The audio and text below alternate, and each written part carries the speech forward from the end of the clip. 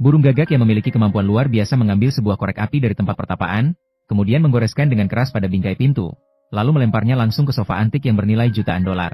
Dan ia dengan cepat bersembunyi di sudut, diam-diam mengamati segala sesuatu dari balik pagar. Asap yang tebal segera menarik perhatian para penjaga.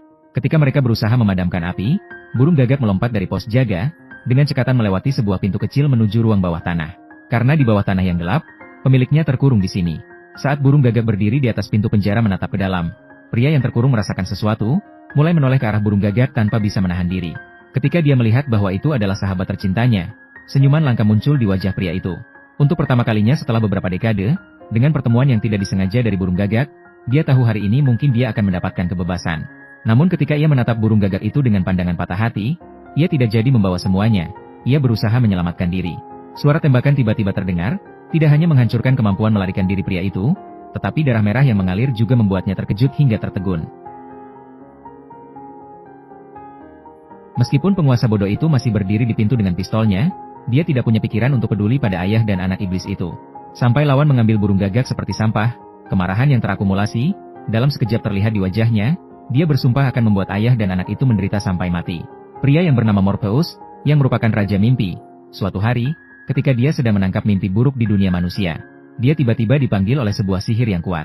Ternyata, seorang penyihir telah menggunakan sihir terlarang untuk menghidupkan kembali putranya yang telah mati, ingin memanggil Dewa Maut.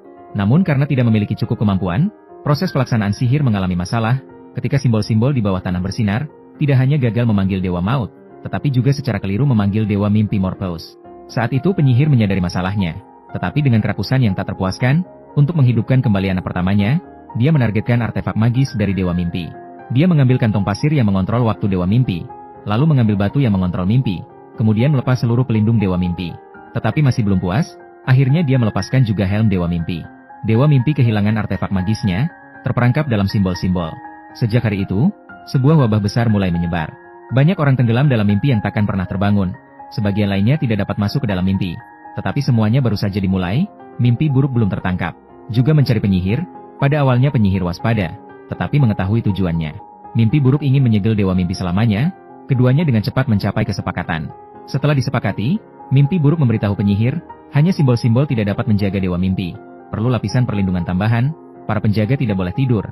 Jika tidak Dewa Mimpi akan memasuki mimpi mereka dan melarikan diri. Jadi para penjaga akan bertukar. Dia telah membatasi penggunaan artefak magis dari Dewa Mimpi untuk penyihir. Sejak saat itu, kekayaan penyihir meningkat dengan cepat.